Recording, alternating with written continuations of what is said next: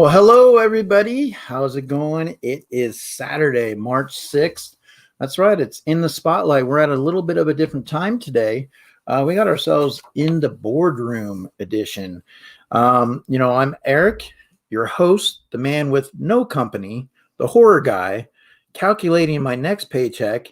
And today I am bringing you an episode that will hopefully be boardroom certified. So we're going to get this going, guys. So welcome. And if you're watching on the rewind, appreciate it very much. Go ahead and smash that like button. But definitely let's get this show going, guys.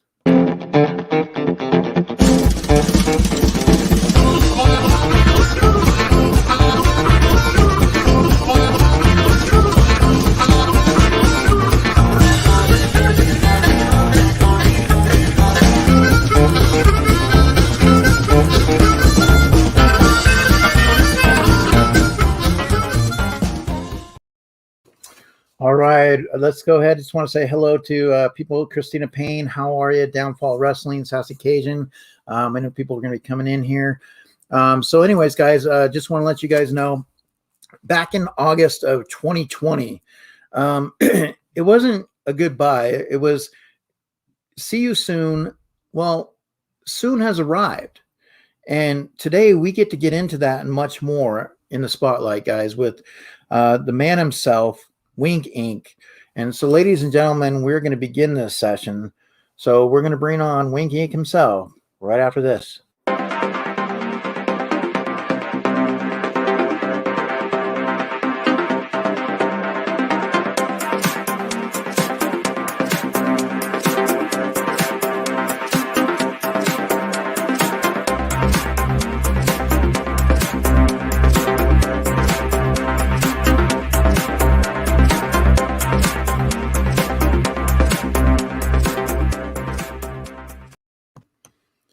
And Alec, Wink Inc., how are you, sir? How are you doing today? Awesome, man. Wow, I gotta hand it to you. Your production is insane with these videos. These opening bits are awesome.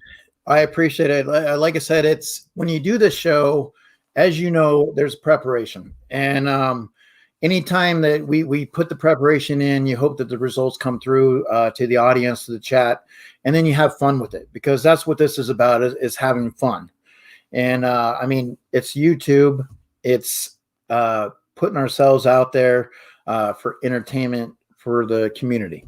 And so you start learning more each week, like what you're capable of doing, and you get creative and the juices get flowing. So you have a little bit of fun with it,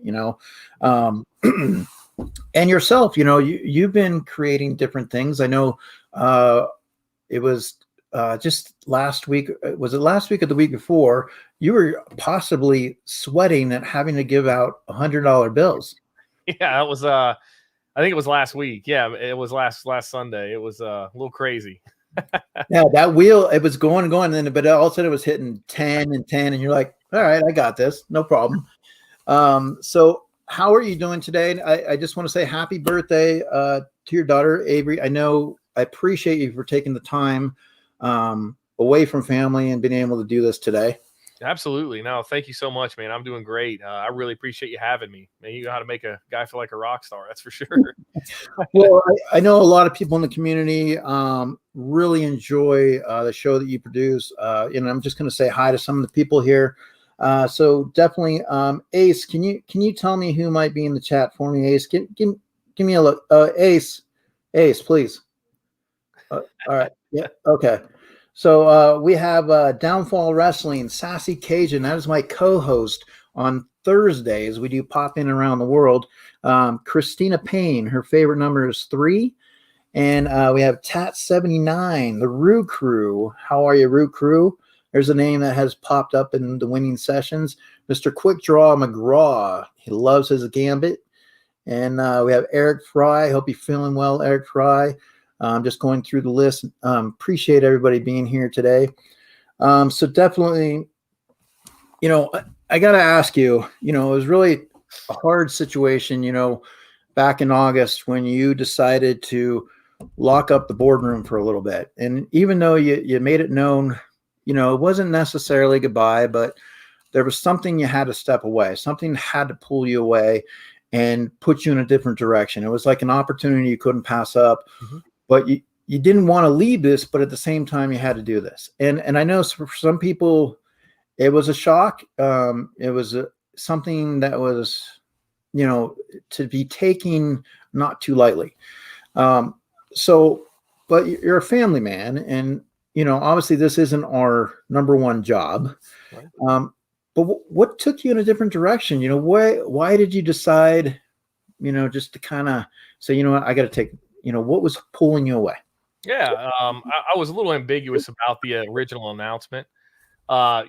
Strategically, of course, but I actually, in my day-to-day job, like I actually do, I am like at an executive level.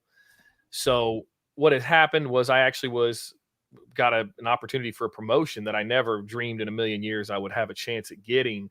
With that opportunity, though, came new contractual obligations. And some of those, when you get to a certain level in a company or in a corporate setting, you have to be very careful how you present yourself in social media platforms and things like that. So I was probably a little overly cautious, in those, in reading that contract and saying, okay, hey, look, this may not work with what I do now because I'm in a very public position at my company as well. Mm-hmm. So I was like, okay, this could be an issue. So instead of, towing a line and then maybe having to, it just being a mess, I was like, I'm going to step away. It also gives me an opportunity. I mean, I understand marketing very well. I thought, what's a great thing that people love is comeback stories, right? And I was like, this might be a great double-edged sword for me. I need to step away so I can focus on this and really crank a home run for them.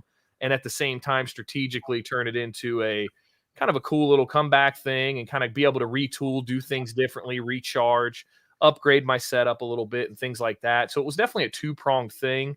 I think I had to step away for the contract and get comfortable with what I was in before I could ask them the question of, hey, I have this YouTube thing I do. Is that going to be an issue? Because here, in section 2.3, it says this, so that's really and truly what it was all about. Was I needed to really make sure I was good, because I never thought they would tap me for what they have me do. And I was like, there's no way I could get to that level, especially at my age. I'm not a young man per se, but I was like, this is definitely a little bit of a surprise. It definitely came as a surprise. So, okay. Well, I'm glad that you're back. Like I said, it was really refreshing to, like, all of a sudden out of the blue, like Winking's back. We got the AM PM sessions. We got everything that's going on Sunday. And as you can see, a lot of people welcomed you back in open arms. Not a problem at all. How has that been for you in this community, bridging these relationships? I know that that's one of the things that you have promoted and talked about a great deal, meeting people. And even myself, this is a time in the last year and a half where we have faced some negativity, but in this community, we have built up a wall of positivity. Yeah, definitely. No, that was the biggest surprise that I had in coming into this, when you decide to do this, because for me, I can't really do anything as a hobby. It's definitely a downfall of mine. I take everything a lot more seriously than that. So when I started to really get into collectibles, I had to try to turn it into a business. I was like, how can I maximize this? And YouTube was a natural fit because I have very limited background or even experience with YouTube. I never really watched YouTube. I never really interacted with it. And what the biggest shock in being a part of it was, I came in with gloves on. I'm used to seeing trolls and people dragging people and everything else, so I was like, gloves on, I'm going in, I'm ready to go. And it wasn't like that at all. I mean, you have an absolute incredible group of people that it's a shock. And honestly, it's an absolute shock. And it's done a lot for me personally. I mean, really. Well, because you're finding people that have the same type of interest. And now we have a pop community and we have a comic book community, but we've also had through like Mama J and, other communities that have gotten together, comics.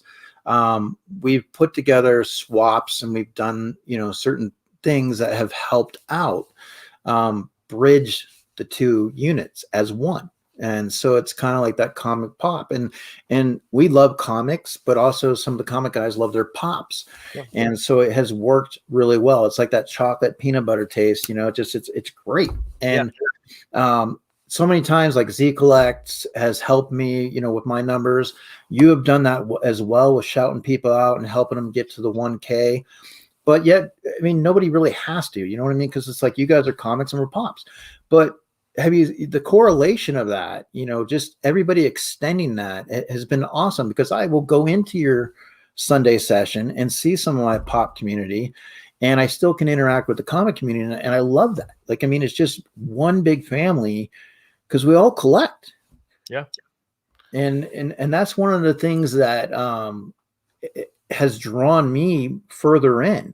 Now, I haven't used, when I was little, I did comic books, a lot, and I kicked myself because I had all of the Secret Wars, I had all 12 of them. And, but of course I carried around, like, rolling them up and, put in my back pocket because I just enjoyed reading them. Right. I had no idea that there would be, involvement as far as collecting and money and stuff like that. So if you are starting out, to collect, what would you suggest to people, like, that are just coming in and they're like, I really like comic books, but what do I do? I mean, because you walk in, you see so much in a comic book shop. Yeah. Where do you begin? You just start grabbing stuff off the walls, or, I mean, what should you do when you collect? That's a great question, because it's so funny, because like comic books, especially, you kind of have two types of collectors. You've got like the original guys who don't like any of the new guys, like it's like the original people don't, it's like, oh, speculation and variant covers are ruining comics. And then you kind of have the other side where they're like, I'm here for speculation and variant covers, so it's an interesting thing. Now, I think more and more people are getting weighted towards the speculation variant covers. They've started to kind of see maybe that it's sort of saved the hobby. But a great place to start that I always tell people is YouTube. What I find so interesting is when I go into like a brick and mortar store, especially like a comics, or like you go to your local collectible store, right, that sells, I don't know, board games, D&D, Warhammer, let's say. It's a little bit daunting. You go in and everybody's looking at you like, who the heck's this guy? Like, what's he doing in my turf? It's not very welcoming or open. But YouTube, this community has changed that entirely. We welcome everybody here. I mean, I think Small Town Collectibles said it, and he really nailed it here. He's like, if everybody in the world acted like our community on YouTube, this would be a lot better place to live. And that's kind of what I always say. Start on YouTube, find somebody you like, watch them, kind of see what they're doing. There's some great people that are talking about new comic book day pickups that kind of break down stories in a great format that's not 2 hours long. You can get a good summary and you can build from there. I mean, there's so much available now. And you're so protected now. You didn't used to be protected. To collect comics even 5 years ago was so difficult. I'm a new collector in a lot of ways. But now you have apps and you have videos and you have a lot of knowledge that's shareable, that's easily, attainable. And it's a game changer. I mean, it's opened up all of these hobbies, really. Well, the thing is, too, that I love about it is these auctions. Like, you can go in and just even get comic books to read. Or I went into Comic Book Poser's auction and I donated $1, just $1. And at the end of the night, I won a slab. Yeah. And you know what I mean? And it's like, okay, so this is awesome. It hooks you in a little bit. And just the conversations that I've been able to have with some of the comic book people, and also with the pop people, a lot of it does intertwine, because, I mean, comic books, pops, they're based off the same type of characters, a lot of it, the nostalgia from it. So it just depends on how you're going to collect, because we do have some pops that are graded and minted, and we have comics that are graded and minted. Sure. Now, how do you grade a comic book? I mean, I get a comic book. How do I know which comic book to get to slab? Like, I mean, that cover looks great, but you know what? It might not be slab worthy. So I hear slabbing. Yeah. Do you just slab any comic book you want? Or, I mean, are you doing it for value? Like, what's into that? Yeah, I mean, there's a lot of reasons why you would. And you are 100% correct. Comics and pops go together so well. I mean, that's where I kind of built mine too, because I still do the Funko Pop boxes and I love it. But to answer your question, so like on a comic, you slab whatever you want first and foremost. If you like it and you want to protect it and you want it to look beautiful in a nice shiny plastic case, that is 100% acceptable. I mean, to slab anything, but if you are going for condition, there's a lot of things you can do. I mean, really and truly, the best way is to flip entirely through it, but most people aren't comfortable doing that, and most people run the risk of damaging it. But I mean, if you want to just do an at a glance, it's important to possibly take it out of the bag, look at the back, look at the front, and really what you're looking for is any type of dings on corners, and you're going to look at the spine. And if you see anything that color breaks, where if anybody did something like this to it, they bent it where it can break that spine, that's going to knock the grade down. Depending on how many ticks there are, there's a lot of variables. There's a ton of variables, but at a glance looking, that's what you want to look for. Now, a lot of times you go through, like back in the days, airports and 7-Elevens, and you see comic books like in those wire type stands, and a lot of times they would get pressed and bent. So it's like when you're buying them, you don't even have an opportunity right off the bat to have a perfect mint comic book. Now, is there a way of pressing them or getting something to where you can put them in that situation to slab them? Absolutely. Okay. Well, what would be the process of that? Like, I mean, is it hard to do? Is there a lot of people out there that are involved in that, or is it scarce? I would say it's pretty scarce for very skilled individuals. And yeah, it is an art form for sure. I mean, you can press a book just by putting a stack of books on top of it, and that's going to help it lay a little flatter. But the real true people that do it as a craft, I mean, you're applying humidity to it, a moisture type situation. You're putting it in a machine, almost like for lack of a better term, almost like a pancake press. I mean, you're putting it in an actual machine, applying moisture at different levels, different degrees to really get, I mean, you can work art on these things. It's just really important that you don't tamper with the originality of the cover, meaning you can't apply color, you can't apply anything to it that's going to remain, because that's going to get you a purple label, which is kind of a death sentence in a lot of ways. It's considered to be restored at that point. Okay. Well, I also want to say hi to some of the people in the chat that popped in, and some of these people you're going to know quite well. I know, like Geeky Mama Bear is here, so she always has a tendency to slide in. So we make sure. Yep, here comes Geeky Mama Bear. Like I said, we have McDorks, we have Quick Draw, Nancy. Yeah, boy, how are you? And just like I said, everybody coming in and chat. It's awesome when you come in the streams and you see everybody. It's family, whether it's comic book, whether it's pops, we're family. So I just want to tell everybody, hey everyone, how's it going?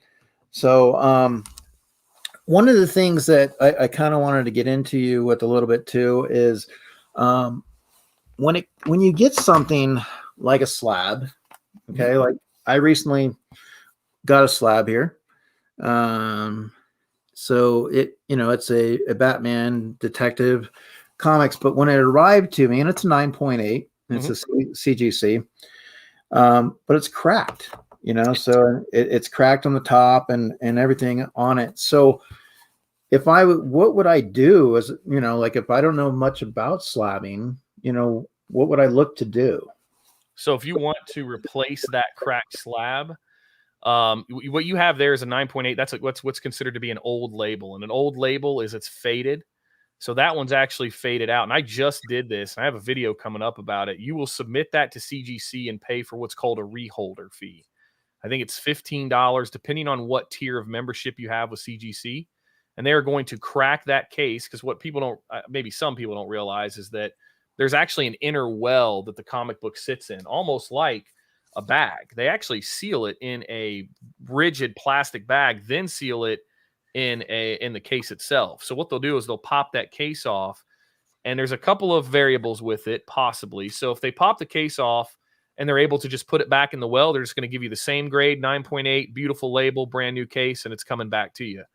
Now, as far as I understand it, and there's definitely some ambiguity here to this, and it's shades of gray, but as I understand it, if the well is compromised, they will regrade that book, which is a nightmare scenario on a 9.8. They will regrade that book because it will almost assuredly, it's going to lose the page quality from white pages to probably off-white to cream or something like that. But it's possible that it gets knocked down as well.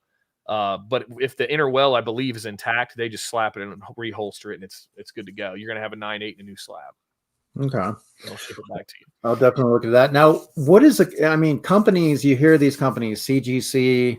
I mean, there's a lot of companies out there that are investing and doing stuff like this. What is a staple for the comic industry to rely on and to trust the work that's being put in?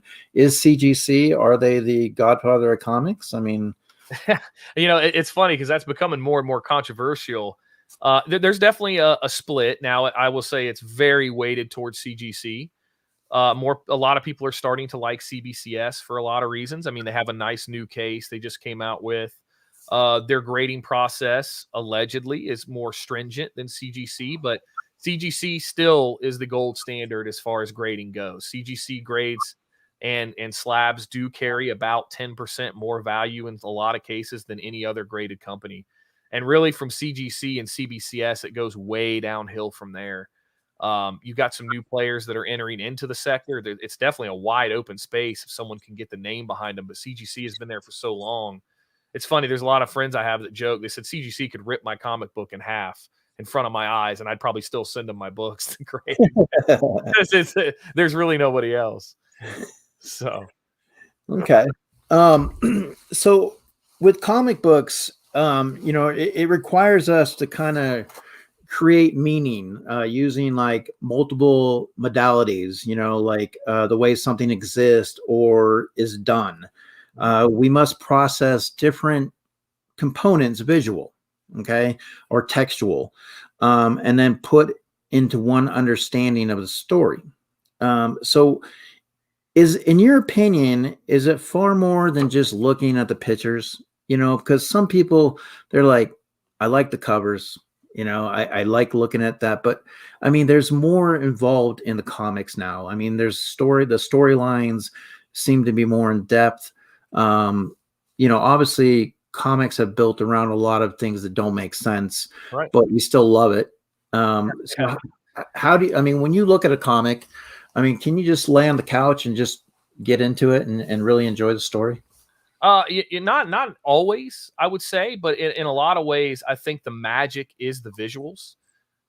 You would be surprised, I think, and I don't know what this number is, but there is a very large percentage of people that collect comics but don't read them. And I think that speaks volumes about the art. And that's really where, to me, the magic is in these artists. And for me personally, like, I love exclusive covers and variant covers and ratio covers because it does give artists more, I mean, way more prominence. I mean, and I think it shows. I mean, a lot of people buy these books and they never open them. They just get it for the cover. Yeah. And that's really put a lot of new money into the hobby, and that's why you're seeing a lot of the growth bomb. Obviously, the TV shows and the movies help, but to me, yeah, I think the visuals are the magic. Even if the stories don't make a whole lot of sense, the visuals really drive it home. Okay.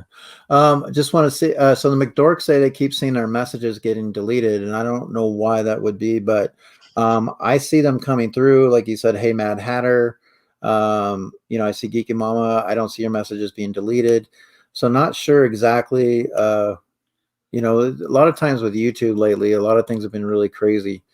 Definitely we're gonna have to, like I said, we're gonna have to take care of these YouTube bugs. Hulk, can you do something for me, please, Hulk? Okay, thanks. Appreciate that, Hulk.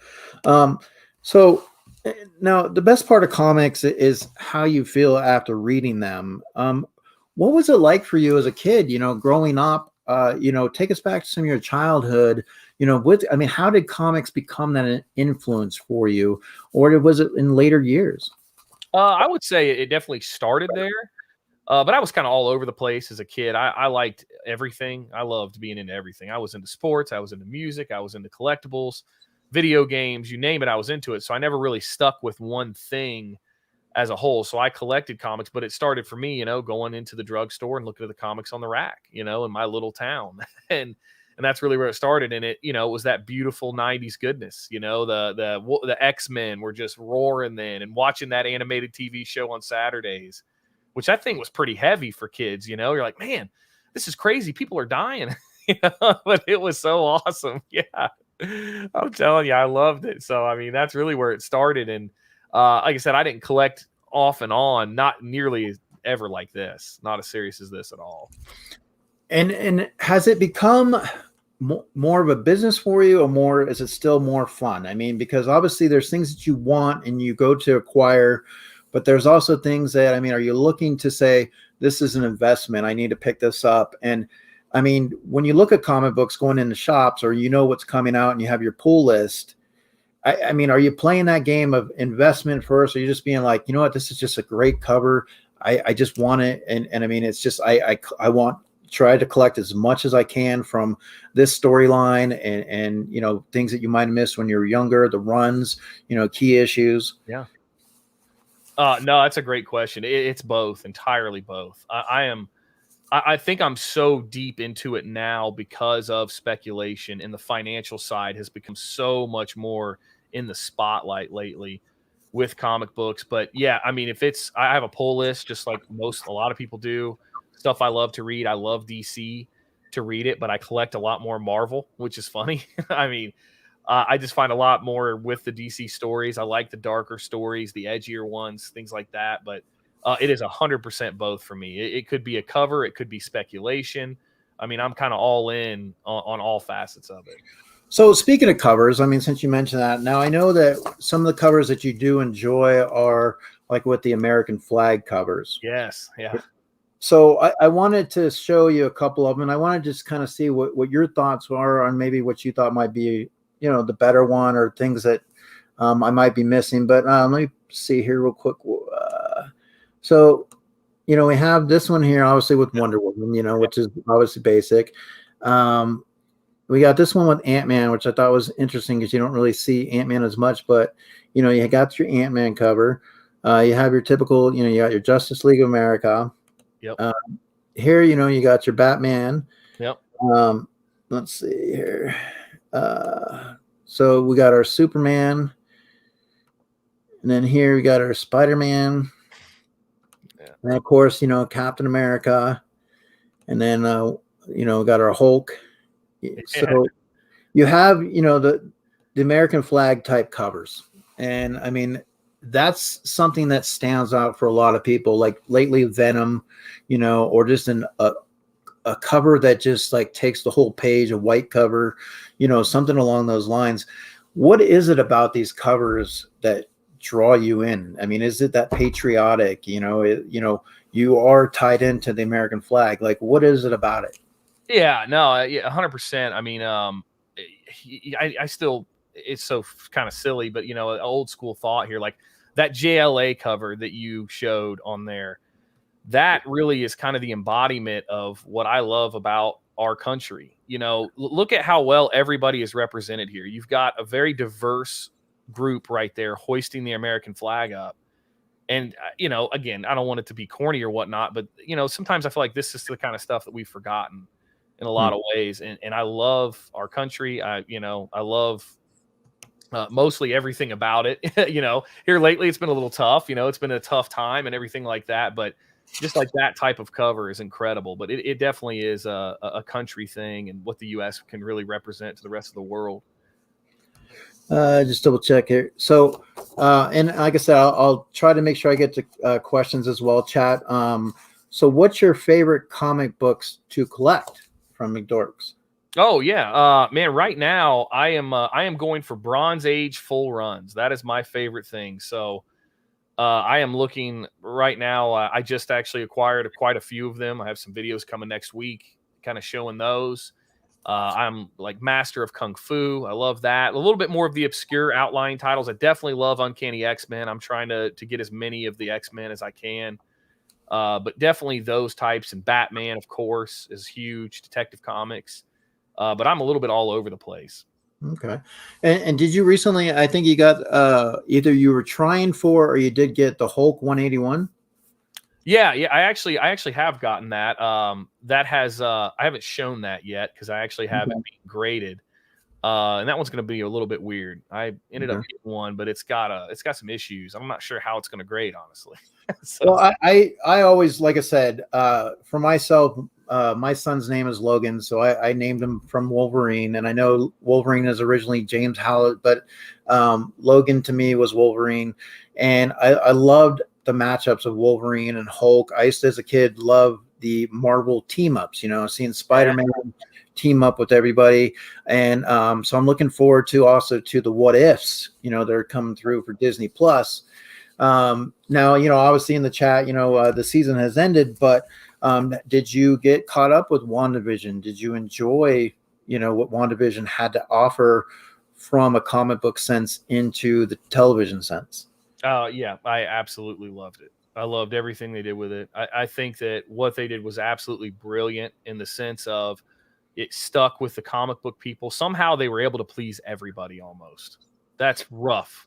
If you watch just the TV stuff, you like the movies, but you didn't care for comics, you were still in. Yeah. You love comics, you were still in. I mean, what an incredible show. I really loved it. Yeah, my boys are really excited, and they're like, oh man, because they're like, is there going to be a 10th episode? And then we're like, I'm not sure. But then, of course, they're not, and they're not going to have a season 2. Yeah. But there is supposed to be some follow-up scenes. They're supposed to tie some things in next week, a behind-the-scene type thing. So that'll be cool. And then, of course, we'll get ready for Captain America and the Winter Soldier and Falcon. So let's see here. Just want to make sure. I know. So Christina Payne is one in the community that always says spread the love, and so positivity is a big thing. And I know that was a request. So we'd love to hear from you, Wink Ink, your spread the love. So if you can give us your version, spread the love. That's No, so it's funny. I got kind of started that. I don't know. I got that mantra, because when I realized what kind of people were in this community and how amazing everybody is, I absolutely love showing support. And I know how hard it can be to turn that camera on sometimes and be a content creator or to have a channel. It's difficult. And kudos to every single person that can do it. And kudos to the people that watch it and interact. I mean, just to type in a chat box can have some level of anxiety. And I love supporting people. I absolutely love it. I love giving back to people that support me. I mean, when I say it, I truly mean it, heartfelt. You all have changed my life in a very positive way. I was very driven, very goal-oriented, very focused. And it sounds a little bit, corny, weird, but, I kind of got my humanity back a little bit with this. So yeah. I love to give back in that sense, man. You all have been incredible to me. I couldn't even believe the reception I got when I came back. I thought, oh man, this is going to be rough. But well, people come along in the communities and they find ways of interacting, basically just finding a way to touch other people's lives. You know what I mean? And it could be in a small way. And I've had people come to me and say, that this community has saved them, and what you have been able to do on the sense that you provide that energy, that excitement, that boardroom certified, like you're coming in, gung ho. And I mean, we love it. And we absolutely, it's one of those things that I know for a lot of us, we don't want to miss, and we're definitely glad that you're back. Yeah. And it's not just, about you coming in and giving something away. That's exciting, but it's just what you bring to the table and how you're portraying it. And that's one of the things that we identify with. So I know a lot of people here in the community, are very grateful for your return. And, I know sometimes we do need to take a step back and take a little bit of break. I mean, after all, sometimes life gets in the way.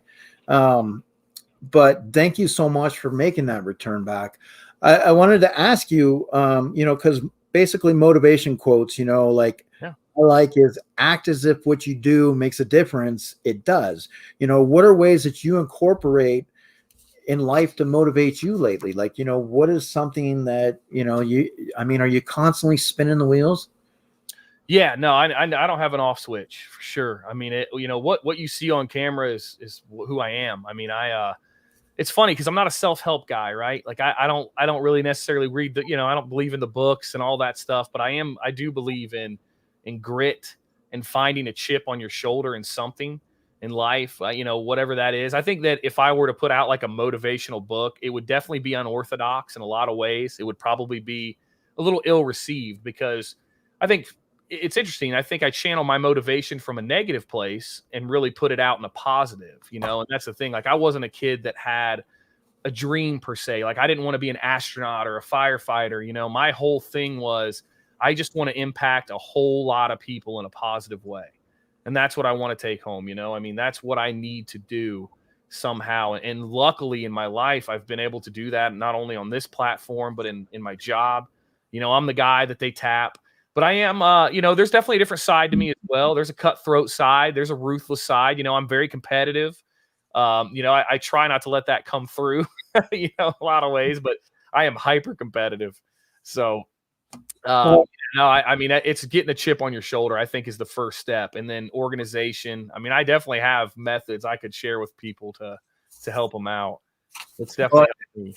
I know, and that's one of the best things about the community. A lot of people do extend the hand, and they want to help out where they can. And you know, and that's the way it should be. You know, we should have that forum amongst each other. You know, it's like we're all in this together. We all do the same thing. You know, so I mean, support. You know, it's really important to be positive and have that. You know, this is what we do with the negativity, guys. This is what we do with the negativity. You know, we just get rid of it. You know. So I wanted to ask you, when you're talking about comic books and you have characters that you enjoy, and I know that you seem to enjoy some of the X-Men, but if you had the ability to design your own comic book in a series, like for example, a Secret Wars, so a 12-issue run, and you can design your own comic book with any 5 characters from any fandoms, Wow. okay, where would you go with that? You know, how would you start the basis of that story as far as like what characters would you pick? I think I definitely would have to pick Batman. I would have to pick Red Hulk. Red Hulk is like my absolute favorite, and I don't know how in the world anybody would put those two together, but I absolutely love those two characters. I love how Batman is so deep and flawed. I think I would have to throw the Joker in there. I'd have to put Omega Red in there. I love Omega Red. I'm a villains kind of guy, you know, and I think maybe that's why I like Batman, because he's so heroic. He's almost a villain. That's always that fight, you know. So, and maybe the fit. I would probably have to put. I don't know. That's a tough one. I mean, there's so many good ones in there. I love Spider-Gwen. Joining the company. Thank you, Jay Daniel. I would have to say Spider-Gwen. I love Gwen Stacy as well. That's kind of my outlier there. We just make this a big mashed up mess. Thankfully, I'm not a writer, and I wouldn't have to write that. Well, speaking of, I just want to show you. I mean, since you said the Red Hulk, you know, I got my Red Hulk there. Yeah, I love it, man. I love Red Hulk. That's like my favorite character. I would probably say has to be. It's way up there. Now, when you're looking at comic books, and you know, so sometimes people can say, okay, like if I get a pop signed, okay, does it decrease the value of the pop because it's signed? It's not you know, the signature's on it. It's not coming in mint.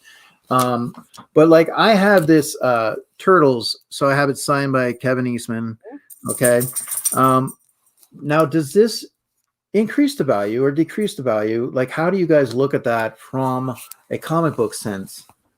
Yeah, that's a great question as well. So that's an all over the place kind of answer, and is probably very specific to each circumstance. Like in that case, do you have a COA with that? Because it matters a little bit, but Kevin Eastman's signature is so identifiable. I could tell you that's authentic. I have to look at my others because I have a couple other things put off to the side, but I actually won this on one of your guys' on the auctions. Oh, good. Okay. Yeah. So that one, it definitely would increase the value because Kevin Eastman made the Turtles. So that, you know, that's on a Turtles book. That's actually on a very good, you know, Virgin variant cover as well. Good signature. That one would increase it. Now, you want to be careful. If you want to degrade that, you wouldn't want to send that to CGC because they don't actually verify signatures. They don't witness. That is one downfall. You would get a green label for that, basically saying someone wrote Kevin Eastman in marker on this, or K Eastman. Like, wait, that's Kevin Eastman. Now, CBCS, however, will authenticate it. They have 2 programs, and it will get a yellow label, like a signature series label, and they'll say verified or witnessed. So if they verify it and it's authentic, which that one is 99% probably is, you'll get a gold label saying this is a verified Kevin Eastman signature. But CGC won't do that. CGC will just say, hey, somebody wrote this in marker. Well, I know this was actually something I purchased to help out with Comic Jabroni earlier in the year. Okay. Okay. It was a lot that I went and put in. So how's it going, LBD? Gary being the casual comic guy, Candyman, Just a Brat, thank you. So I lost my train of thought there. So when you're looking at comic books, in general, Sassy Cajun had told me, because she's my co-host on Thursdays, and she wanted me to ask you, like, when you decided to come through with this channel, and you're like, okay, you know what? As you wake up one morning, get out of bed, make some scrambled eggs, sit down, have some coffee, and be like, you know what? I'm going to do a YouTube. And where did the basis come from to design and create the channel in the direction that you've gone? That's funny. It's funny because I've done a lot of these and no one has asked me that question before. And I thought that's like the first question I figured people would ask. So my channel's like very open and transparent. I don't think I've ever deleted a video. And if you go back to my first few, I actually started as, you can actually kind of watch the journey unfold. Now you'd have to watch a whole lot of videos, but I started as a commentary channel. I wanted to do news commentary on pop culture, video games, and stuff like that. What I found with that, though, was if you weren't, just like you and I were talking about backstage, if you weren't one of the first people to put that out, that information, or react to that information, it's very difficult to grow. And what else I found about it is it's very divisive, because you have to take a firm stance one way or the other, and you have to cover the divisive topics. And I get enough of that in my real life, right? Like I'm at a senior level here, and I get a lot, it's a lot of high stress, what I think a lot of people would consider. So I was like, this isn't working. So, and I don't know how this happened, but it actually all started with Loot Crate, with unboxings. And as bad as those little unboxings were, it was a blast to get them for some reason. I had fun, whether they were good, bad, and different. And what that led to was me saying, how do I do an unboxing video? And that's when I really was like, well, let me watch a YouTube guy person. Let me see who does these. I started watching them, and I'm like, wow, I kind of like these comic books. Wow, I kind of like, Funko Pops. I'm like, forget the commentary. I'm just going to do boxes. I was like, I'm just going to do boxes. And that's where it all came from. Now, but then you led into, giving stuff away and having your show, the AM, PM sessions, and just getting, that excitement out there through the community and showing that support.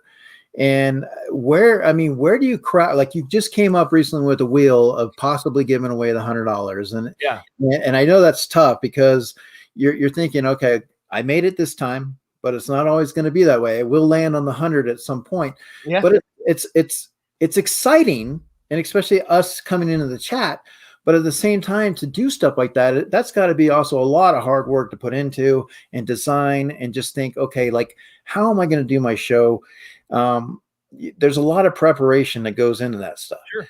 So are you constantly saying, okay, what do I need to do to change things up? Or are you looking at, like, I don't know, like you have your comic gories, you have a lot of things that you can do with comic books.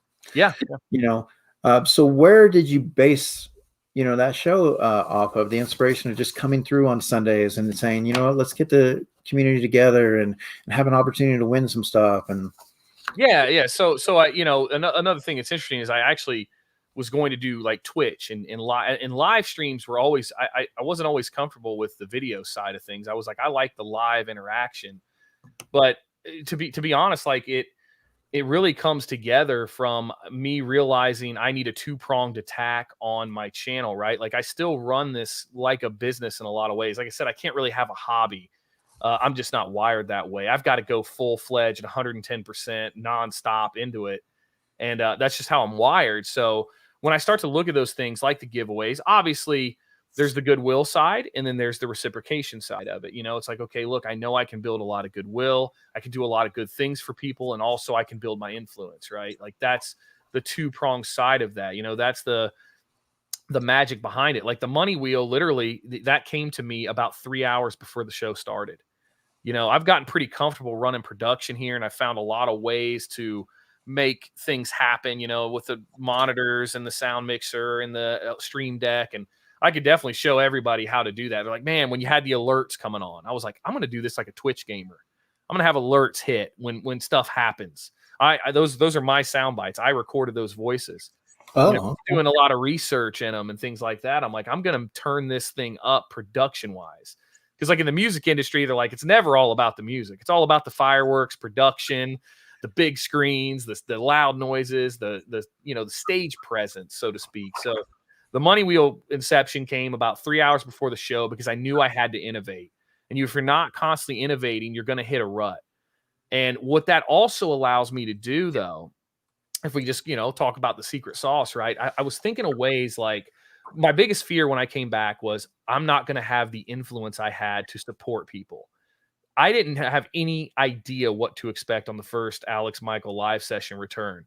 I didn't know if I'd have 50 people in there. I didn't know if I had 150 people in there. I was pretty nervous about it. And I'm like, how can I build excitement again? That is the major key with this. And I don't know how it hit me, but I was like, wow.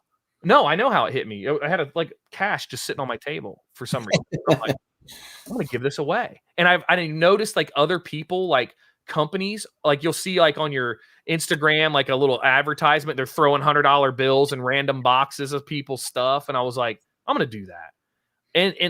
And I started thinking, I'm like, oh my gosh, it was like, an enlightenment moment where I was like, oh man, I can actually now, and you guys haven't seen a lot of this yet, but we'll go ahead and give it away. Like I was trying to think of how can I support more than one channel? Okay, to open the Money Wheel, we have to do X. You want me to take all the ones off the Money Wheel? We have to do Y. And now all of a sudden I'm pushing people's channels in a lot of ways in a multi-pronged attack, if you will. Like I was like, man, this is going to be awesome. You're right. There's going to be a bad beat night where it's 100. And I'm like, oh no, but that's the other side of me too. Like I love to gamble. I am a gambler through and through. I'm always going to take the risk, take the chance. And it really satiates that because I haven't had that much fun on a live in a long time. That was gut wrenching. And I mean, I loved every second of it. Yeah, because you're sitting there as in the chat, you're like, oh my God, like pick my name. And then, when people aren't picked, you're like, okay, dust them. Let come on, like I got to get back on there. And I like that as well is because if they're in the chat, they're rewarded. Yep. And, if their name is picked and for some reason, it sucks if they did leave and they're not there to claim it. I mean, hey, it's got to go on to somebody else. And you can look at it both ways. You can say, well, his or her name was picked and maybe they deserve it. But at the same time, like that's part of the process, right? To claim it. And, so I like that. I definitely love how you're on top of things for that. Yeah.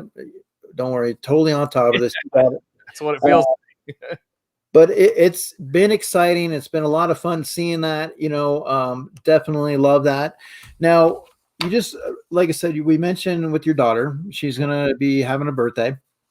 Celebrated today and she's tomorrow. So happy birthday for Avery.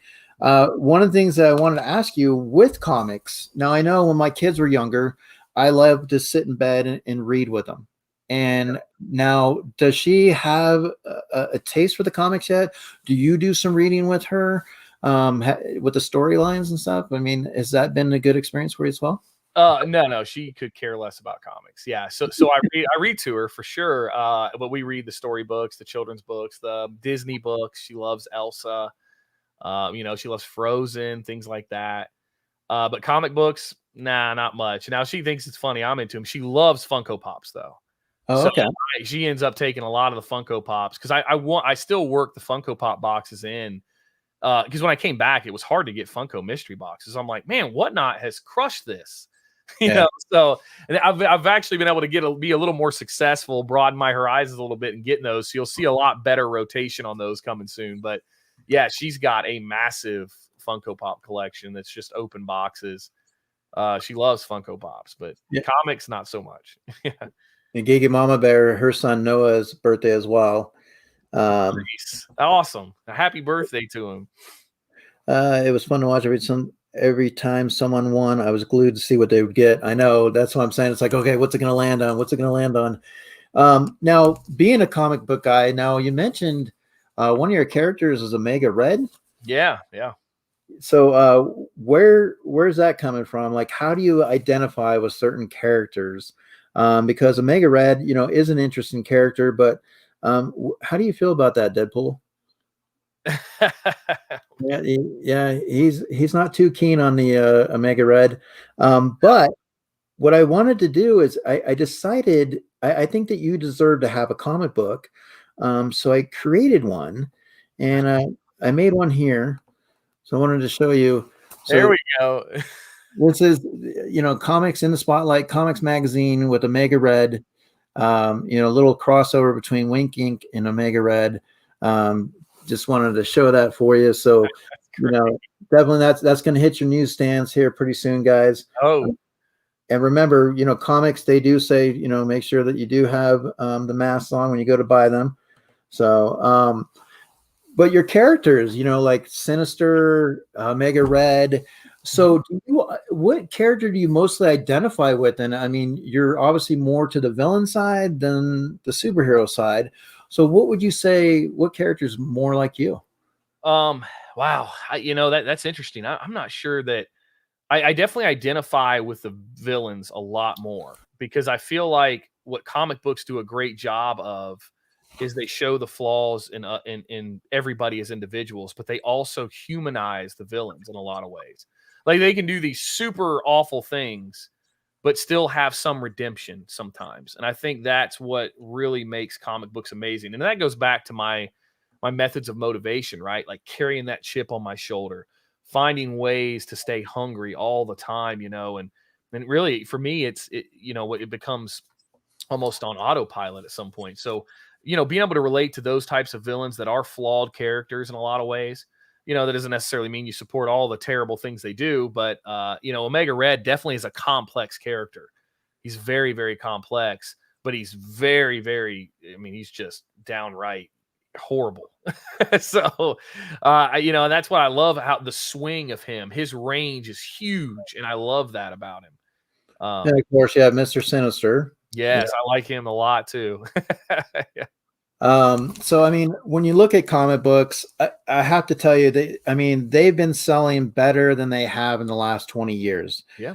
Specifically in June 2016, it was the best-selling month since December 1997. What causes books to do so well in a particular month? Like people are saying, oh, we got to get this before this and this, or what do you look for in a book? Like, I mean, you have all these Marvel shows that are coming up. Mm-hmm. So you have these appearances and things like that. Like, what triggers these sales, and why would you say in the last, 20 years that we've seen that with the comic books now? Yeah. I mean, the operative word here for all of it is influence. I mean, that is what triggers these sales. And, these are far reaching now. And the reason that comic books are sort of insulated from a downturn or an economic disaster, right? Like, you watch the stock market, you've seen the dips and the things like that, but comic books are somewhat insulated because they're all commodity items, meaning they're all very limited. I can't print more Bronze Age books. We can't make any more, but we constantly have new money being injected into our hobby. Now, some people don't like that, right? Like if you're a new collector, it's frustrating because now, like New Mutants 98 is a great example. You used a lot of Deadpool references. 4 weeks ago, I could have bought a New Mutants 98 CGC 9.8, which is the first appearance of Deadpool. For those that don't know, I could have bought it for about $1,000, and now it's selling for $2,500. Oh, wow. And it's all about influence. It's about, these TV shows that come out. Now these comic books are in the spotlight more than they've ever been. And that's not going to stop. People are drawn to these heroic stories, the redemption stories, the complex stories. People want different. And I think that that's showing through tremendously with the way these networks are just blowing these things up. And now that you can't get them, and now you have the perfect storm of a product that really has not been seen like this. Now they're more accessible.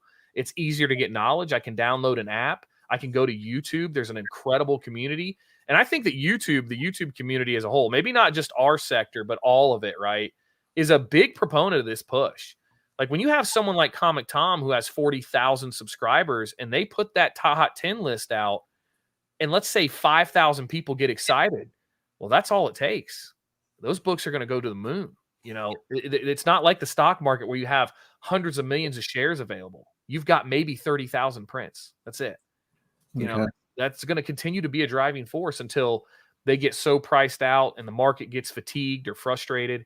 And then I don't really know what it'll do from there. We're definitely in uncharted times. It's very unpredictable. Now, are you also dabbing in the indies a little bit. I mean, do you like some of the horrors and a lot of different, types of comic books that are out there, because it appeases a large variety of people. Sure. It doesn't just have to be about superheroes. Yeah, and that's where the indies really shine, and they're definitely getting their due now. Heck, they're not even indies anymore, really. Like, they're getting the TV shows, they're getting optioned. I mean, you look at like Something Is Killing the Children, you look at Ha Ha, you look at Department of Truth. I mean, these are new books, and they're already, TV shows in the works. Things are optioned. I mean, things are moving for them. It's incredible. Now, I'm not a big horror guy by any stretch of the imagination, but it is really cool to see that all these books are finally getting their due, and these writers and artists are getting their due. It's really cool to see that. So Matthew Papa Willie, he says, do you think Superman gets a bad rep over Batman and others? I've noticed that since I've been collecting. Obviously Superman, I mean, what's your thoughts? Obviously people do tend to go to Batman, I guess, or Yeah. no? No, he's 100% right. Because he says, why do you think that? That's 100% an accurate observation, and I think that Superman is just generic.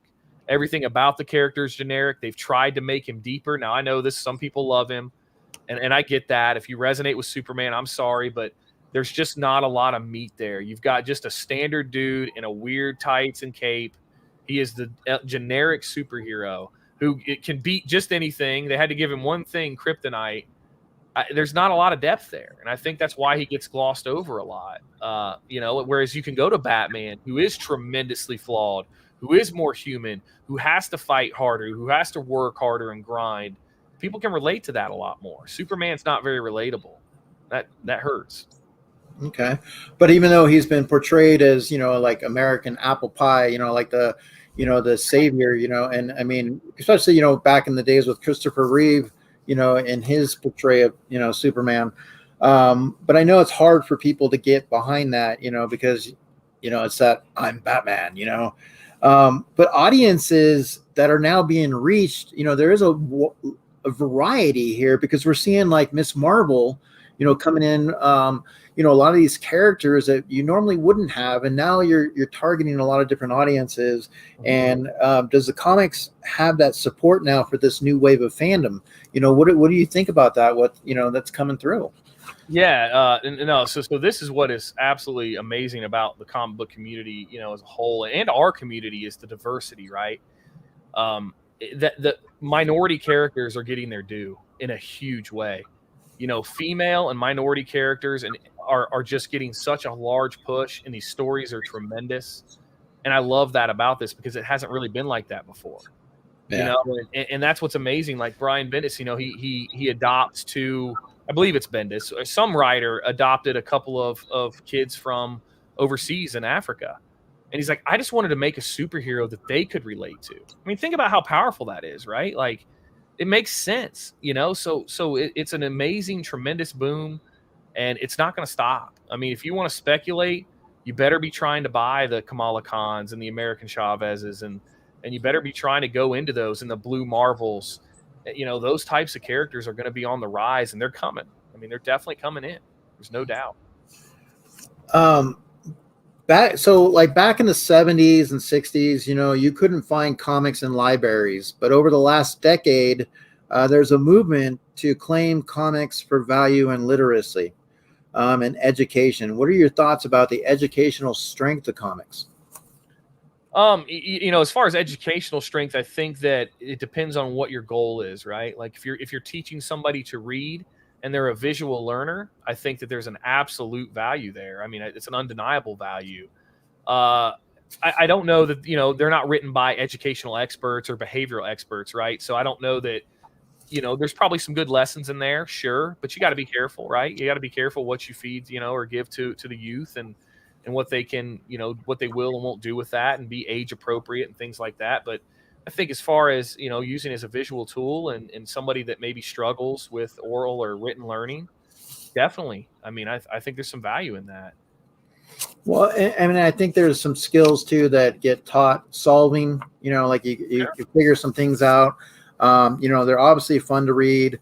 And when you look at now, you have digital comics. I mean, they're definitely fun, but there's just something about holding a book, in your hand for collecting. do you collect comics like by a certain artist or writer, or I mean, do you just look at, because a lot of people will say I'm only going to get books from Donnie Yates, I mean, or whatever the case may be, Stan Lee, back in the days, and Jim Lee, how do you look at that? Does it really matter for you? No, it's funny because I think I'm kind of the opposite. Like, where I'll look at the piece first, and then I'll say, "Who the heck drew that? This is incredible." It's like, "Oh, okay, that's a Stuart Sager," or "Oh, wow, I don't know who this guy is. Who's Jae Young Lee? I don't know this guy." So I look at it that way. I mean, I definitely will find my favorites, and I'm like, okay, let's see what Stuart Sager has on his website right now. And let me, because I love his art, for instance, but. No, I'll look at the piece first, and if I love it, I'm going to try to find out more about whatever artist or writer, that is. Okay. Well, comics, they have a rich history of nonsense, but we accept all fact and see those things, on the big screen and TV. Yet these moments that come from the comic book pages to the screen, it geeks us out. What's been one of your favorite moments from the comic books being able to see in some of these Marvel movies? Oh, wow. I guess just the WandaVision, as a whole really was so amazing, because when you kind of think about the premise of WandaVision, you just start to really wonder, like, how are they going to adapt this into a show? Like, there's just no way. And a lot of us didn't know where it was going, but I mean, gosh, you talk about a monumental project and adaptation. That was just remarkable. I mean, whoever, that whole team, it's unbelievable what they were able to do. And seeing that hit the screen gives me hope that nothing is off the table now. Stuff that I would have thought, oh my gosh, there's no way they could do this. Now I know they can do it. Well, especially you sit down. My boys were like, "Dad, is this going to all be in black and white? The whole, like, is this what the series is going to be?"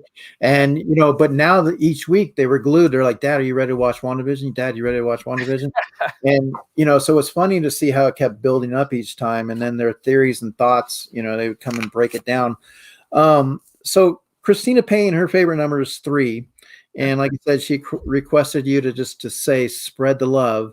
That was one of her things that she'd like to hear. But I wanted to ask you, can you give us 3 of your most successful tips? Like, so 3 tips on success, like what's been successful for you on getting there? As far as YouTube goes, or in business and life?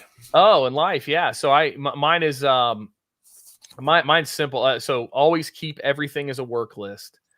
And, really and truly that has been life-changing. So like my email inbox, I would challenge a lot of you. How many emails are in your inbox right now? I have 0 in all of them. They're either archived, cleaned out, gone, responded to, whatever. That's a work list. Text messages are a work list. Those things are things that need to be handled. Finding morsel goals is another huge one. Look at, when you don't have to build a checklist, build a mental one. Find little morsels throughout the day of, oh, I've put my comic books away, and I dusted my table, and I made my bed, and I, made the coffee and cleaned up the area, and I did the dishes. Those are accomplishments, and you have to build those, and you got to take those easy wins, and it turns into a steamroll. Now all of a sudden you're a machine. By noon, you've cleaned your entire house and done all the laundry, and you're like, oh wow, this is great. Those little morsel goals build a mindset. And if you get in that mindset every single day, it's going to be huge. So the work list, the mindset are big. And as far as motivation goes, I did this in my video. Like, I'm the guy that, I'm the hype guy, right? Like, they'll say, hey, Alex, you need to get up there and give a speech. Everybody's, at the meeting, the company meeting or whatever. And they're not pretty, I'm up there going bananas and going nuts, and everybody likes that. But really and truly finding your chip on your shoulder, whatever that is, whatever it is, if you want to be better than that person that slided you at work, or be better than that person that got that promotion over you, or whatever that is, you got to find that chip, whatever it can be. And you can't forget, I mean, when I was doing that spiel in that last video, I'm the best, I'm the best, I'm the best. That's not fake. I mean, you wake up in the morning, you grit your teeth, you look down, you embody it. It's a lifestyle. You have to embrace it. And I mean, that's the best thing I can tell you. If you can do those 3 things, you're going to be on a path that you're going to be unstoppable in. You're going to be absolutely unstoppable. I agree with that. I mean, that's some great advice right there. Now, if you turned it into the YouTube sense, what's been working for you for YouTube? And what would you say would be a combination or a formula as you go into YouTube? You're always designing and changing things up, but you're adding, taking away. Yeah. So YouTube's a complicated one, right? Like none of us really know how the algorithm works. We don't know how any of this stuff really works on the back end. I mean, there's definitely the theories or whatnot, but to me, what has worked, like everybody, like, what's the secret sauce? And I really don't know what that is, but definitely a differentiation of a channel. We all open boxes and we all pretty much do it the same way, but it is like, what can you find one separator that can make you unique? Like, what is that? Like, what can you find to make you unique? The other thing is establishing a marketing budget. And I'm not talking about, paying for advertisement on YouTube. I'm talking about being strategic and getting in live streams, joining parts of communities, get in those live streams, super chat the content creator. This is what I did. I was like, I'm going to get in some of these bigger live streams and I'm going to find a strategic super chat. Now, don't be the guy or the girl that says, oh, go sub up my channel. No. Compliment the content creator. Say, hey, you helped me inspire my channel. Now people know you have a channel. It used to be a lot easier when you're able to clip on someone's name in a live chat and go straight to their channel. It's a little bit more difficult now. And a little bit of that falls on the content creator to highlight that super chat and tell people to go check out your channel. But it still works in a lot of ways. Engagement is another big key. I don't know a lot. I don't know everything about the algorithm, but I do know it loves thumbs ups. It loves comments. Whenever you respond to a comment or you give a thumbs up or an interaction to a comment, that counts as an interaction. That counts as engagement. So respond to every single comment, every single one. It doubles your comment values immediately. And you did mention that in your video that you did respond to every one of your comments. And that's amazing because, sometimes things do get overlooked or they get put in the spam section or they come a little bit later, but you're always on top of that, responding to every single comment. So, I mean, I definitely took that to heart. I'm like, that's one of the things that you want to try to sit down and find the time to do because, as they come in, when you're dropping the video, you're doing some other things or you're in another stream. And so, it kind of goes by the wayside a little bit and you got to go back to that and realize how important that is. So obviously when you were exploring themes, in comic books, and we're reading traditional books and, you might, or basically what I want to say is, there's graphic nonfiction books out there. There's awesome, ones out there. Yeah. And they do explore themes and feelings, and you get to explore these themes in different ways than reading traditional books. Now, you might not like all you encounter, but you can find what's right for you. What over the last couple of years have you discovered that you like that maybe you didn't think you would? Yeah, that's a great man. Yeah, great questions. I got to tell you, that's great because I do have one. I absolutely love, as far as like nonfiction goes, Greg Iles. I love like Southern Gothic books.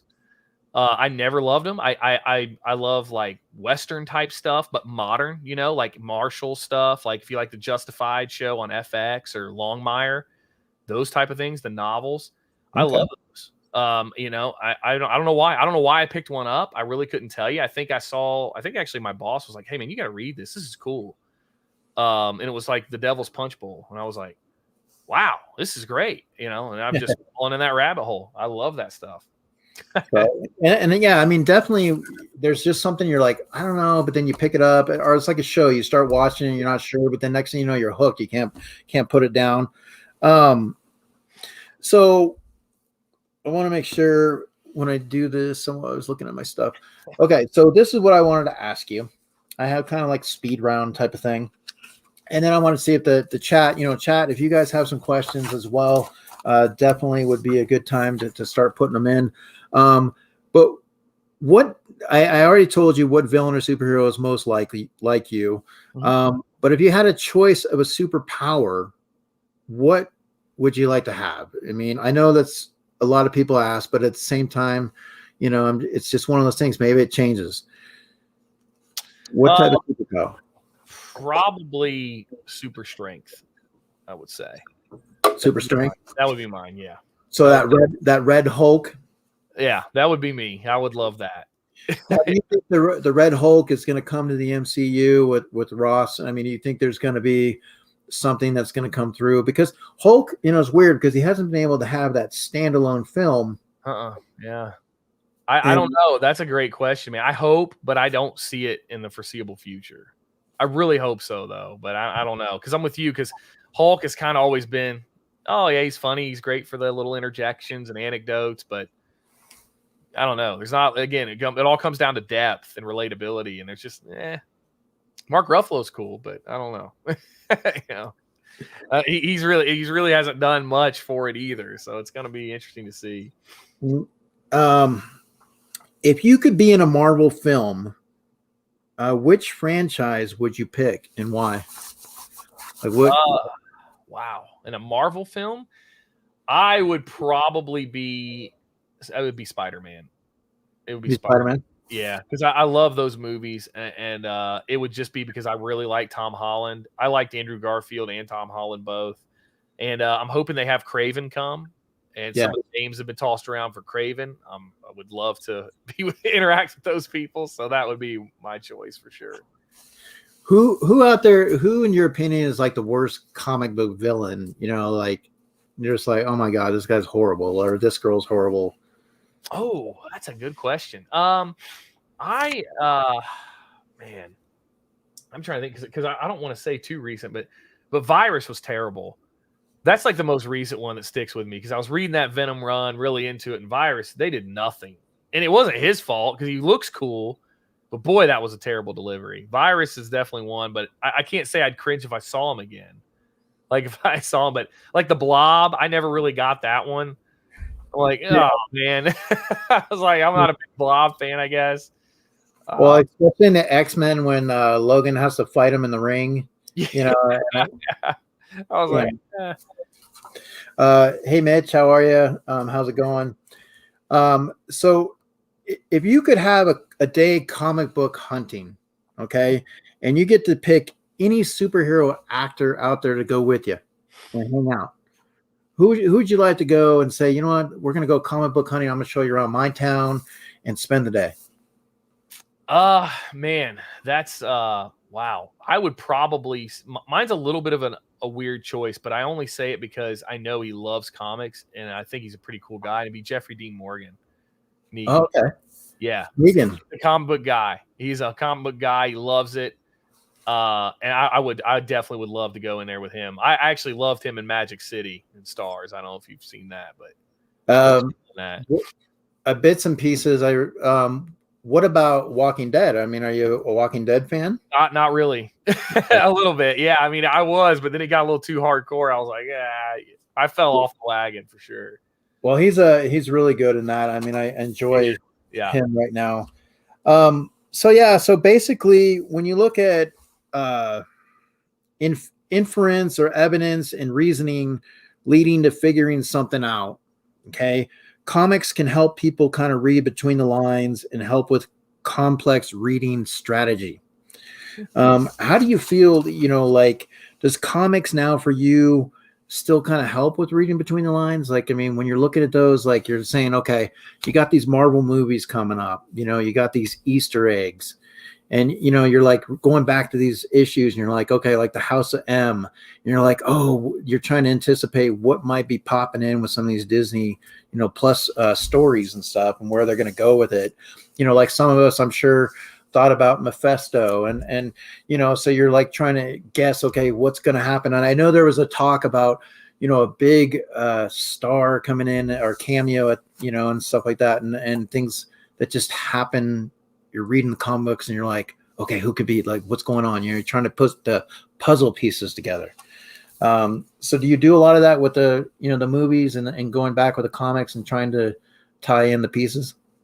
Yeah, I mean, I do. I'm guilty of that as well, but I'm lucky to have like a group of people that we all do it together. And, that helps a lot. If you're doing it by yourself, it's tough. But I mean, that's one of the most fun parts of comics is that speculation side of, oh man, and WandaVision was just a buffet of that. Like, oh my gosh, they had so many things they did. Because I mean, you could definitely tell that it's definitely paying off that Disney put writers and creators in television positions, right? Like they were like, you're going to control the dynamic here of this on-screen presentation.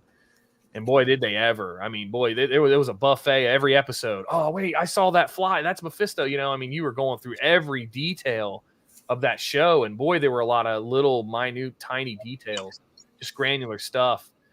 And it's been a lot of fun. And we've been wrong like every time. But it's been a ton of fun to do it. I know there's a lot of things that I was telling the boys, and then they were like, "Well, Dad, no, it's this," and I was like, "Well, it could be this," and you know, I'd be like, "Oh man, it didn't happen," and so I was like, "Okay." Yeah. And like I said, I know a lot of people that might still be catching up on the season and stuff, but obviously it has ended, and you know, with a huge clap, and I know that they are going to have a behind the scenes, you know, that'll tie a few things in coming up. I did enjoy seeing the White Vision, you know, and also kind of reminding me of a little bit of Superman, you know, with how they were fighting in the sky a little bit, you know, a little, you know, you see a little bit of that. And then just definitely like Scarlet Witch, you know, getting a great costume. So I really do love how they're going in the direction that they're going. What's your thoughts on the Shang-Chi movie coming out? Like, I'm kind of excited about that, but you know, is it going to be a Black Panther? Is it going to be a Guardians of the Galaxy type hit? Man, I am very pumped for the Shang-Chi movie, but I love the Kung Fu movies too. Like I love Bruce Lee. I love all that. And to see Shang-Chi hit the screen, I am like super pumped. Like I think it's going to be incredible.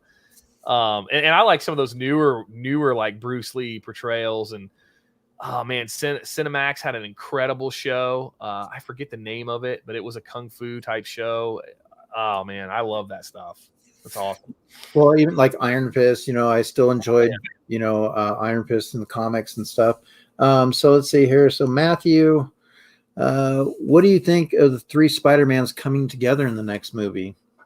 I love the idea of it. I mean, you know, that's always been the tough thing about it, right? Like the multiverse. How is that going to be received by people that don't really understand it from comic books? But to me, at first, if you would have asked me 10 weeks ago before I watched WandaVision, I would have been like, I don't think this is a good idea. People are going to be like, what the heck is going on? But now that I've seen they can do it and do it well to where there's a fundamental understanding of it, I'm excited to see how they do it. I think it's going to be really cool to see. Yeah. See, I didn't really mind Tobey Maguire that much because at that time, that was all we had, right? You know, now you go back and you look at it and you're like, well, that hasn't aged well. But back then it was kind of cool. It was like, oh, we got a Spider-Man movie. But, you know, still, I'm excited to see it. I hope that they all make it. Well, I'm really hoping that they do bring Craven in, and I do want to see a Spider-Man Venom interaction. But you know, there's so much, and that's why I said, you know, when you look at Marvel team up, there's so many things that you can do. But I wanted to ask you, as a comic book, you know, sense, okay, how is it that Marvel is continuing to get the path going in the right direction, and DC just keeps hitting a wall? It's like every time they step, it's a landmine, and they can't sidestep and go in the, you know, keep moving 2 steps forward, keep moving 2 steps forward, and they're trying a lot of different things. Now, do you think they should bring in new characters and maybe, you know, maybe keep Batman around or whatever, and maybe Wonder Woman at sometimes, but like kind of build a new face of the DC, because it just seems we're getting recycled, you know, stories, you know, with these same characters, and it's the same results. Well, I mean, here's the thing. Like, if you were going to be a strategist, right? Like, if you're a consultant for those companies, you look at the Marvel formula and what they did. Marvel's like, look, we're tired of, or, you know, let's say Disney, I should say now. Disney, you know, we got to bring this all in-house under one roof. And then it became about taking, you know, because what's happening is these comic books are scripts now. They're movie scripts. They're TV scripts, right? So who's writing these? Well, let's put the writers and the people in key positions so that these are executed well on the screen. And that's what Disney Marvel did. They brought it all under one umbrella. See, the problem with DC, you've got infighting in DC, you've got the Warner Brothers license, you've got their creative input, you've got a lot of different inputs there, and none of them are really, I shouldn't say none of them, but a majority of them are not comic book people in the sense of how to translate these things on screen. But There's still a dollars and cents standpoint. The problem DC has is they're just not making enough content. Put it all out there. If it has Batman on it and it's a feature film, put it out. I mean, rush them out, get them out, get the content out. Even if it's recycled, you can generate revenue. People are going to watch it. And you know, you can build the goodwill later. I mean, I know this sounds like a terrible corporate strategy, right? Like, oh man, here we go. But really and truly, you could do that. You could get yourself out of, if it's a financial rut, you've got really great intellectual properties and you need to maximize those. Don't be afraid to use those. Leverage this HBO Max deal. HBO Max has an incredible platform. It's on a moon. It's on a rocket ship right now. Use that. Utilize that relationship. Put as much stuff as you can. Get it in production. Pay it forward. Take a loan out. Whatever it takes. Titans, criminally underrated show. Criminally underrated. I thought it was a great show. Put more of that stuff out in the universe. Get away from the CW stuff. That's not really working. I think they kind of fell on their face with Batgirl especially. Get that out. I mean, it's kind of just teetered downhill. Get it on HBO Max. Get it more raw. Get it darker like the comic books. You're not going to fail. These properties are too great and too well known to fail.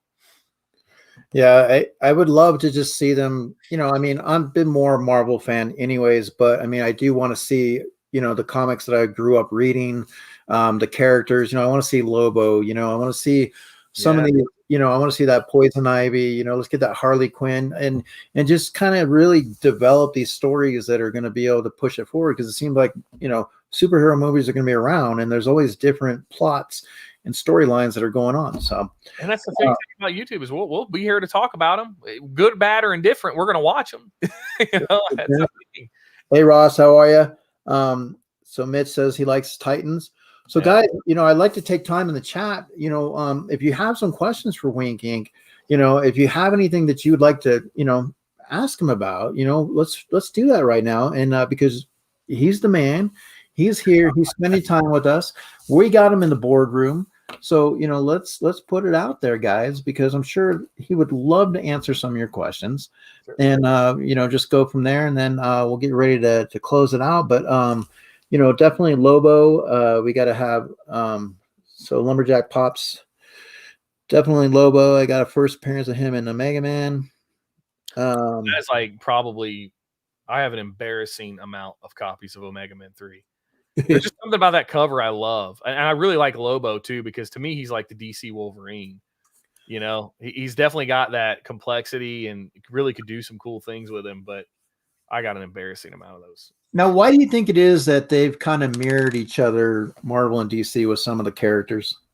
I think it's natural, right? You're going to mirror your competition if it's working. If they have a formula that works, you're going to try to mirror it. I think that's just going to be a natural, especially when you only have two.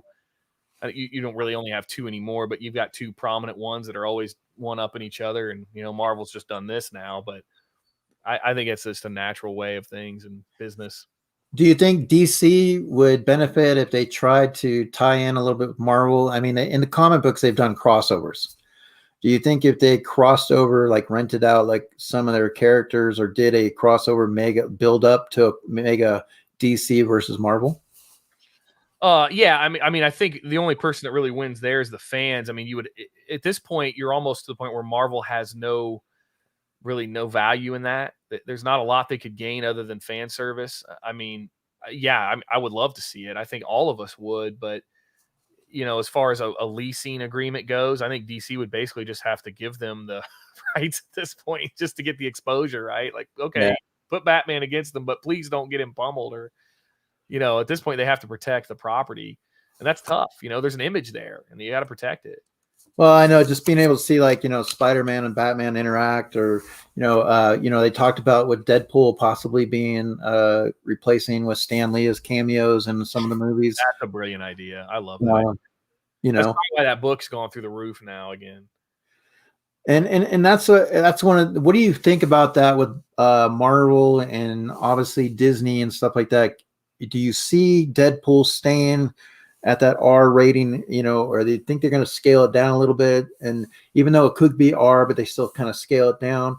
I mean, do you think that's a good thing moving forward with Deadpool being in the Marvel universe? I was kind of hoping, what I wanted to see was possibly him in WandaVision. I was kind of hoping, but like just as a funny thing towards the end. Yeah. But that's one of the things I just, as a kid growing up, I love these characters, reading them. And now I get to take my kids to these movies and we get to watch these. So, I mean, it's just awesome. So it's like, keep it coming. So McDora says, oh my God, no, leave Marvel alone. DC back up. No, it's a good question. I think it's going to stay R-rated. I think that there's going to be a little bit of creative challenge, right? I think Disney's probably going to want to tone it down to some extent, but keep the R rating.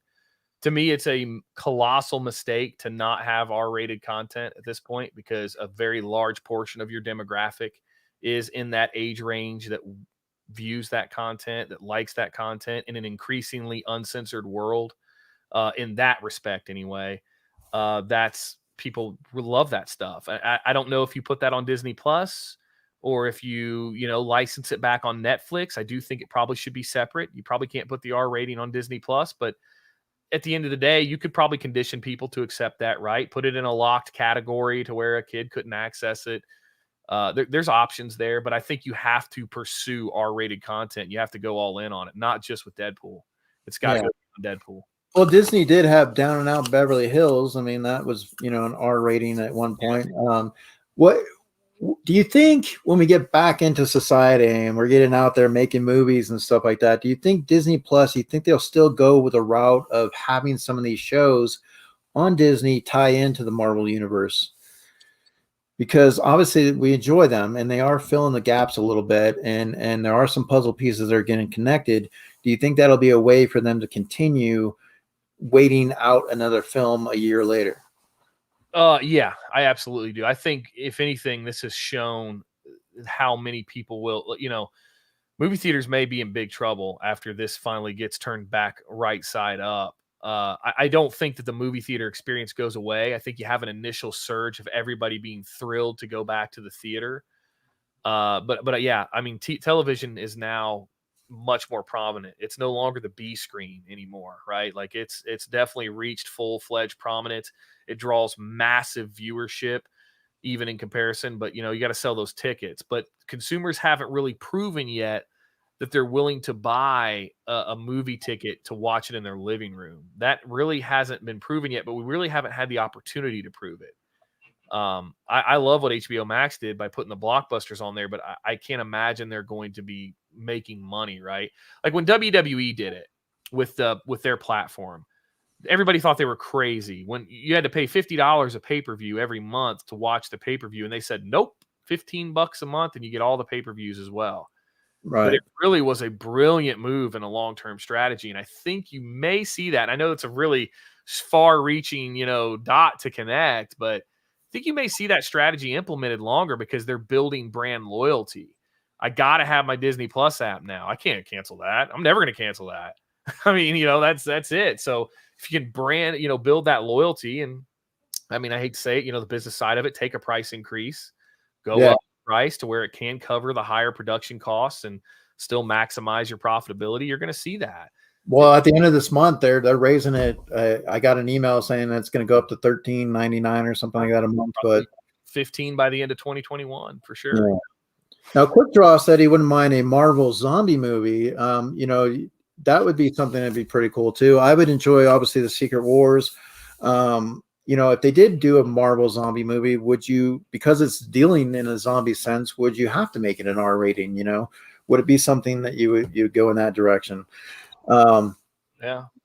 But that's kind of where we're at with this. Now what I wanted to finish out with was with you in general. Like, now you live in Tennessee? Yeah, that's correct. Yep. Okay. Now, have you been there your whole life? Is that something that your state? No. I've been here for a lot of it, about 12 years. Just a situation where I went to college, and all the opportunity was here. I'm actually from a really tiny small town in Ohio. So this is where I was like, man, this is the big city. There's a ton of opportunity here. So I'm in.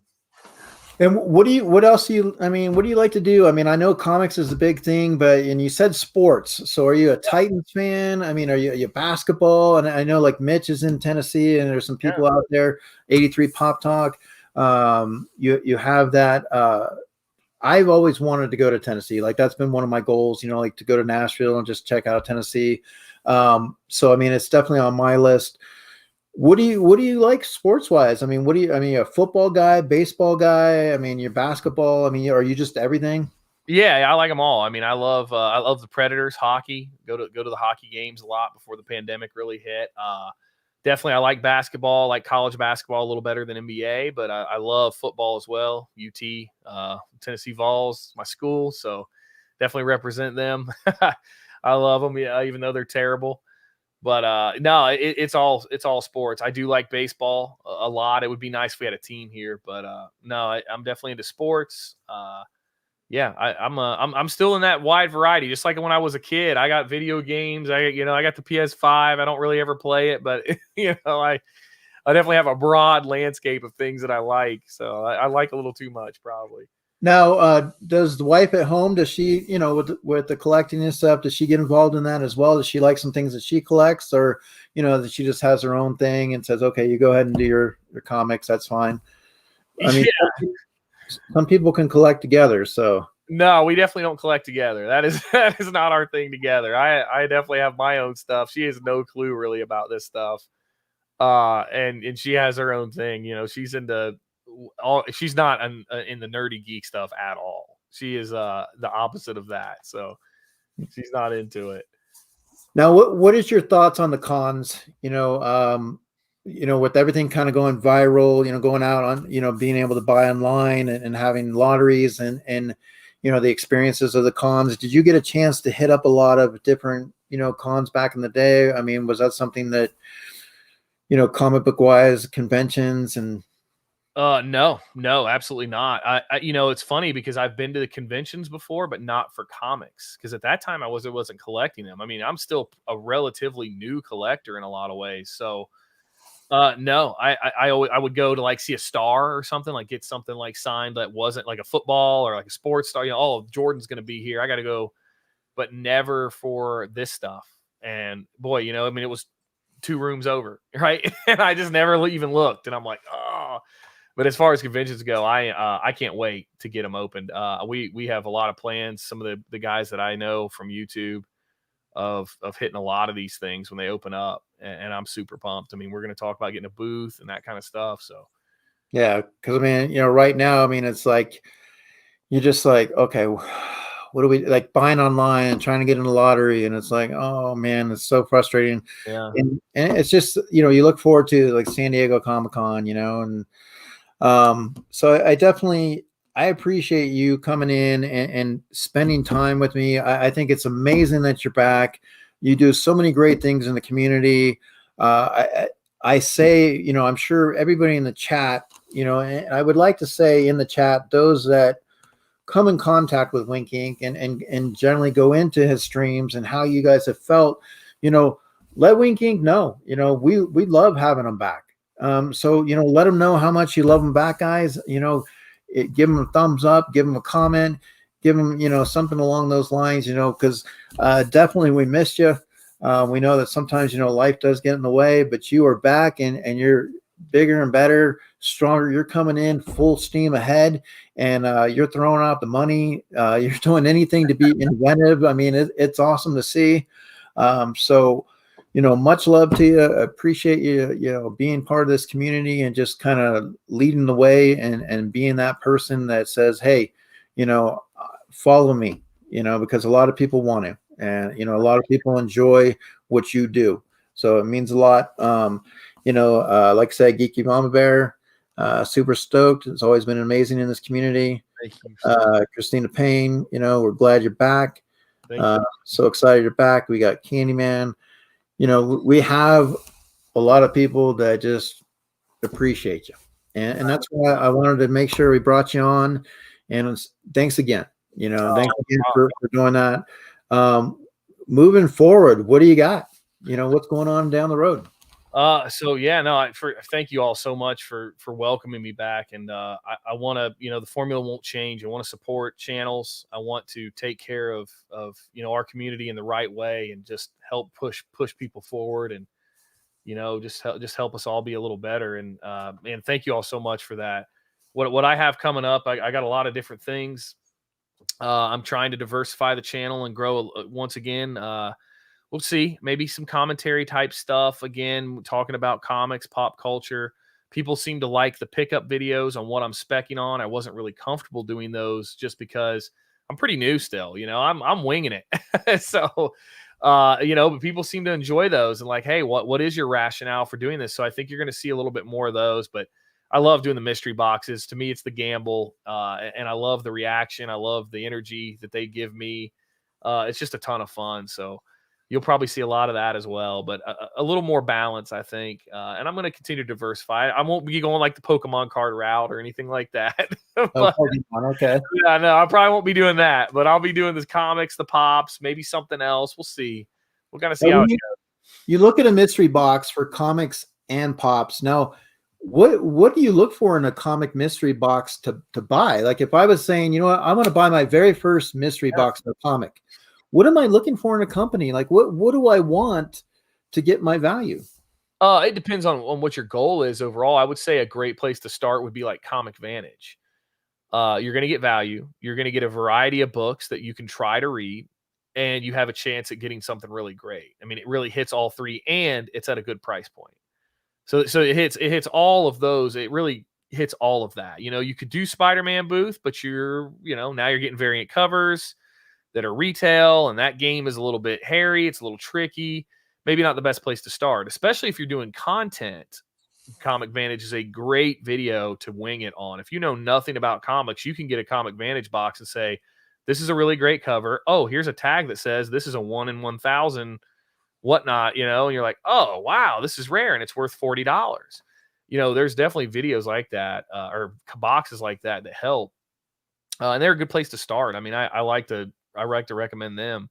But for me now, I look at GP is big, the grand prize. I want to know that I can win something amazing, even if it's like a 1 in 100 shot. Those are hard to pass up. I do tend to gravitate a little bit more toward the bigger value just because I don't want to get as much filler. But when you're starting out, filler is very important. You're going to find runs that you like. So it's important that you get those books for sure. But that's just mine. Funko Pop's the same way. For a Funko Pop box, I mean, I think we all know kind of who to go to and who not to. I mean, Pop King Paul, if you can swing it, that's definitely a home run box. I think Nerdy Newt is getting to the point where they're a really good box in a lot of ways, but that's a little bit of a trickier thing. For me, I try to gravitate towards higher end boxes because I noticed, like I did the Toy USA box, and I got like a $3 pop, and I was like, oh, yeah. It's like a death sentence. Like, oh, what am I gonna do with this? Jay Navo has some really good boxes. Yes, that's another great one. Yeah, he's great. There's a few still out there that are doing a good job. Is there a pop that you're looking for that you're kind of like, man, this is one pop that I really, really would like to have? Now they did make the Hulk that was kind of like the composite Hulk, which is a really good looking pop. I got the Red Hulk back there, my metallic.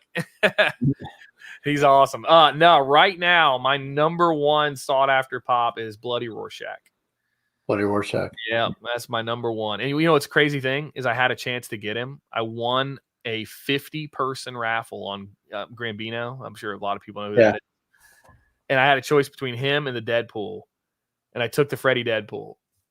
Because he looked better. The box looked a little bit rough on the Rorschach, so I took the Bloody Deadpool. I haven't seen another one since. Well, I know Geeky Mama Bear would take that Deadpool off her hands in a heartbeat. Oh, that Freddy Deadpool is beautiful. Yeah, I love that thing.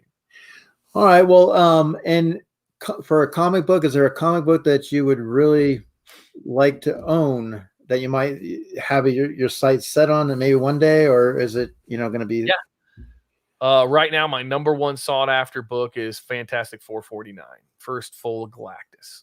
Ooh. I love Galactus, and FF49 is definitely up there. I'd like a mid grade. I'd like anything 5 and better. So that's pretty pricey. You're getting up there, but I'm definitely hunting for a deal. They also, Funko came out with the 10-inch Galactus too. I saw that. I did. I got one. Yeah. Okay. That's it up. Yeah. Well, we appreciate it. You guys in the chat, coming, stopping by, it's really important. And like I said, guys, weekend's almost over. We're going to start a new week. Let's start it with some positivity starting tomorrow, tonight, yesterday. Let's just spread that positivity because that's what this community does. You talked about, getting back to that. and something that we need, but this community has shown time and time again to be able to do that. And when we stand up together. That's exactly what we do, whether you like comic books or pops. We still can work together because it's all one thing, and it's collecting. But today we got to sit down with, and hopefully in the spotlight became boardroom certified, but we got to sit down with Wink Inc., the man himself. He is back. So guys, check him out. Make sure he's got some great stuff. If you're not subscribed to him, you definitely should. So make sure you guys do that. So we got Wink Inc.